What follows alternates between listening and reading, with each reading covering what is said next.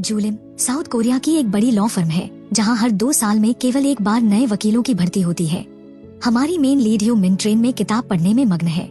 जूलिम में कई सीनियर वकील हैं, जिनमें बड़े उम्र के operations lawyer Sung Chol, finance law head वकील John Soo, anti trust law head Jeong जो हमेशा काले चश्मे लगाते हैं, कॉर्पोरेट लॉ हेड दो जुन और अंत में लिटिगेशन हेड सियोक हुन शामिल हैं। हमारी मेन लीड ह्यू मिन देर से पहुंचती है। उसकी टीम को अंदर बुला लिया जाता है, लेकिन वो अब तक नहीं आई थी। तभी सेक्रेटरी बताती है कि उम्मीदवार ह्यू मिन अनुपस्थित है और तभी वो घबराकर दरवाजा खोलकर अंदर दौड़ती हुई आती है। उसका पहनावा अस्तव्यस्त और लापरवाह सा लगता है।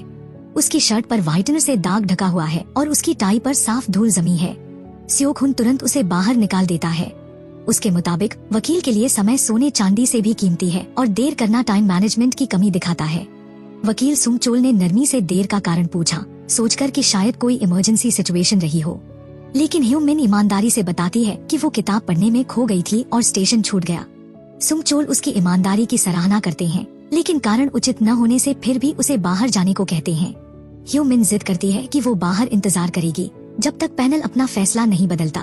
वो चुपचाप बैठकर देखती है कि बाकी उम्मीदवार अंदर जा रहे हैं और वो अकेली बाहर रह जाती है। इंटरव्यू पूरा होने के बाद दो जुन सुंग चोल को याद दिलाता है कि यही वही लड़की है जिसने 12वीं नेशनल मूट कोर्ट कंपटीशन जीती थी। सबको याद आता है उस आत्मविश्वासी लड़की का शानदार आर्ग्यूमेंट, जिसका विषय था समान अवसर और प्रतिभा का सही मूल्यांकन।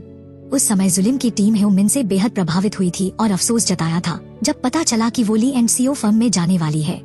तब जॉनसन ने सुंग चोल से कहा कि अगर उन्होंने उसे जाने दिया तो कंपनी को पछताना पड़ेगा।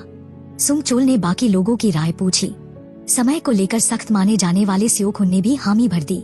चूँकि आखिरी ग्रुप में सिर्फ 3 उम्मीदवार थे, इसलिए ह्यू मिन को चौथे मेंबर के रूप में जगह मिल गई। इसके बाद सवाल पूछा गया, एक आदमी जेब्रा क्रॉसिंग पर एक्सीडेंट में अपना हाथ गवा देता है, लेकिन तभी पास से गुजरता एक व्यक्ति उसका हाथ उठाकर भाग जाता है। अब अगर वो आदमी केस दर्ज करता है तो कोर्ट क्या फैसला करेगी? एक उम्मीदवार ने जवाब दिया, प्लेंटिफ जीतेगा क्योंकि हाथ उसी का है और उसे लौटाना ही होगा। दूसरा उम्मीदवार भी इससे सहमत हुआ, लेकिन ह्यू मिन ने कहा कि केस खारिज हो सकता है क्योंकि ये स्पष्ट नहीं है कि शारीरिक अंगों पर ओनरशिप का कानूनी अधिकार मान्य है या नहीं। उसने समझाया कि कानून जीवन और शरीर के अंगों पर संपत्ति अधिकार को मान्यता नहीं देता, इसलिए ओनरशिप के आधार पर दायर याचिका टिक नहीं पाएगी। जब ह्यू मिन ने जोर देकर कहा कि उस आदमी को कानूनी रूप से कोई और बेस खोजना होगा, तो सुंग चोल हल्के से मुस्कुराए। अगला सवाल था, मिस्टर किम एक ट्रेन चला रहे हैं जिसमें 100 यात्री सवार हैं। अचानक पटरी पर एक बड़ा पत्थर आ जाता है और दुर्घटना होने वाली थी।